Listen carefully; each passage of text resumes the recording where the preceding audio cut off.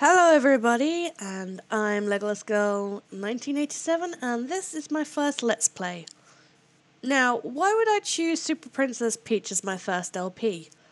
Well, most of the people who hate Peach hate her because of Mario Party. Well, I hate her because of this game. The initial role reversal concept behind the game was an interesting idea, but in practice it's, just plain bad. How will Peach save Mario? With a magic parasol called Perry and PMS Mood Swings. What was Nintendo thinking? Were they trying to anger the feminists? Ugh. But the main concept aside, there are other reasons why I hate this game. There are no lives. If you lose all your hearts, you'll just have to restart the level. No game overs, nothing. It kind of takes away the challenge, really. Also, the vibe meter gets really annoying in the early stages because it severely limits what you can do. A few things before we start though, because this intro gets really long. I will be using a keyboard, which means I will probably be messing up a bit more than I would with a controller. I can't afford a controller, so naturally I'm going to have to suffer. The second thing is that this commentary is post-recorded, otherwise I'd likely be cursing Peach every 5 seconds. I may do live recording at a later date, but since this is my first LP, I decided to post-record for now.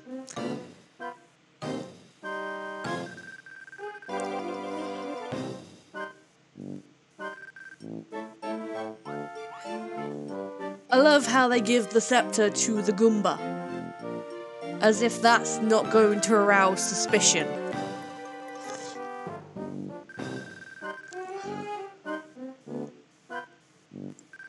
You'll go unnoticed. Right. So the Goomba just wanders in.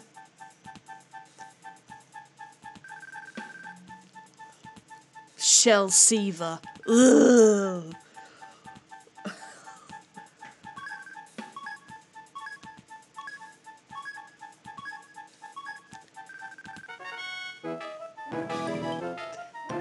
And that's a lot of Koopas.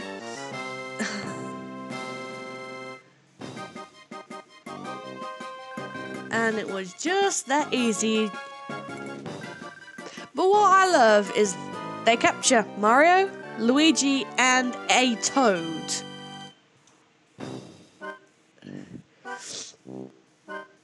Now, granted, they do catch a lot of the Toads, but why is that particular Toad so important? And that's actually one of the main points of each level is to, in each level there are 3 Toads that are sealed away in a box. And you have to save all 3 Toads. On a boss level, it's just a single Toad, but you need to rescue every single Toad in order to be allowed into Bowser's castle. And I love the fact that the Goomba did that. I mean, this is what you get for trusting a Goomba in the first place. I love the head the head Koopa just crying.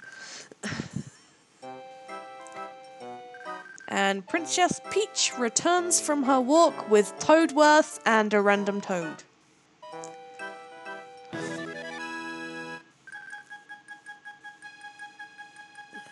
I mean, this intro is so long that even Nintendo thought it was too long, and they end up putting a mini game just so you can actually entertain yourself while they get the necessary plot exposition out of the way. Although you have to give Bowser some credit though. He's learned that kidnapping Princess Peach is not the right way to go about things. So he just goes ahead and kidnaps Mario instead. That is smart.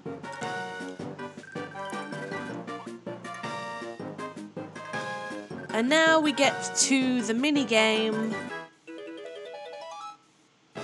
You are one of the toads and you have to push all of these toads off of the screen. For each toad you push off the screen, you get a point.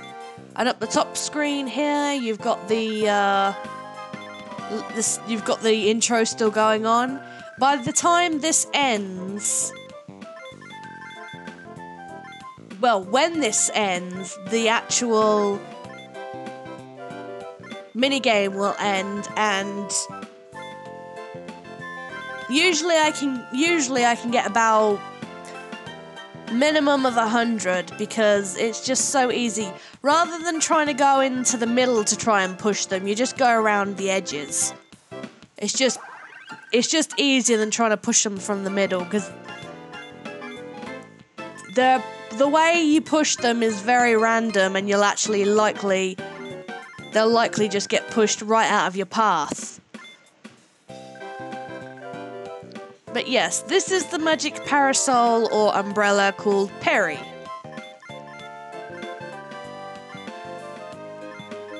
And he is your main weapon. You can bash enemies with... I got 135? Yes, but Perry is what you bash enemies with, and this is Ladia Plains. And because I'm playing on a keyboard, I screwed up and exited, but there we go. Now you can jump, you can whack things, and you can also scoop up enemies. There's other controls. Now as you can see, the 4 hearts represent the 4 emotions. Joy, which is the orange one, that allows you to make cyclones and fly. The red one is anger, which lights you up, which lights up dark rooms, allows you to burn bridges, and also to stomp on things very heavily. The gloom vibe, which is the blue one, allows you to water plants and run very, very fast. And the green one is the calm vibe, which allows you to recover health. The yellow squiggly thing on the top screen is the vibe meter. That is not how much, but how long you can sustain the vibes on the bottom screen. You also start off with 3 hearts. You lose half a heart for each enemy that hits you. You also have the number of coins up in the top screen and how many toads you've rescued in this level. Now, you may have noticed that exclamation point above Peach's head. If there is a toad, which is there, those are the boxes the toads are contained in. But if a level contains a toad, a puzzle piece,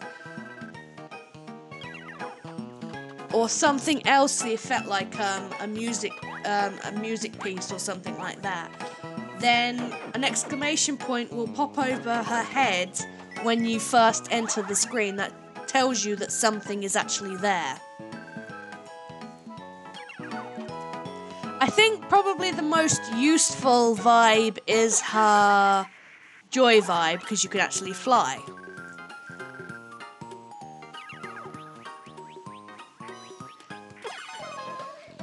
But this is also what I mean by, in the early stages, the vibe meter is a pain. Granted, you can fill them up with crystals, and this is how you scoop up enemies to restore your vibe meter. Perry absorbs them and you get vibe energy for it. But yeah, this is why the vibe meter does annoy me in the early stages, because there's so little of it and you have to pay to extend it, and you can also extend your hearts in the shop as well. There's another thing, I will show you the shop later on, because the shop also contains 3 upgrades to your umbrella Perry. And this is watering the plant, as if that would ever happen. But this is Vibe Island, land of PMS apparently, so I guess it's okay. And this is one of the reasons why I despise playing on a keyboard, because I constantly and totally keep falling down here.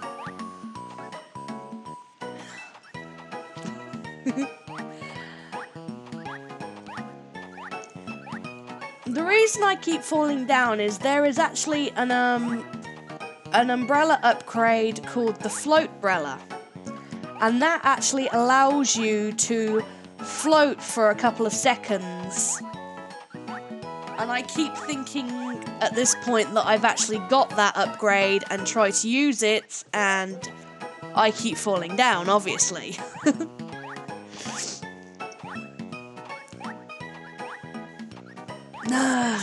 So frustrating. And you'll see me doing a lot on every time I have to go up one of these until I get the Floatbrella, because it just is so annoying. Oh, and I will say this also, I will not be doing a 100% run of Super Princess Peach, because like I said, I hate this game, I despise Peach, and I really do not have the patience to do a 100% run. Because in order to do a 100% run, you have to complete the game with rescuing all the Toads and defeating Bowser. Then you have to go through every single level again to get all the stuff, all the extra stuff. And I'm not going through this game twice. No way. Once is enough.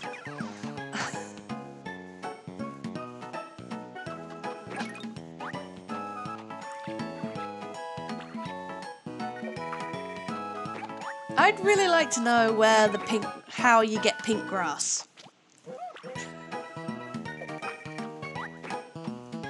And I didn't go through that pipe before, so I decided to go through it now. And this info box tells you about how you can replay the opening minigame.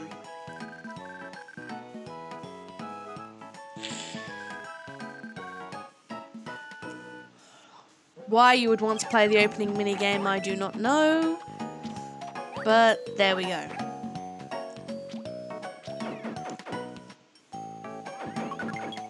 And because the intro was so long, I only had time to do the first level. And there's the second Toad. And the poor sad Goomba who's crying.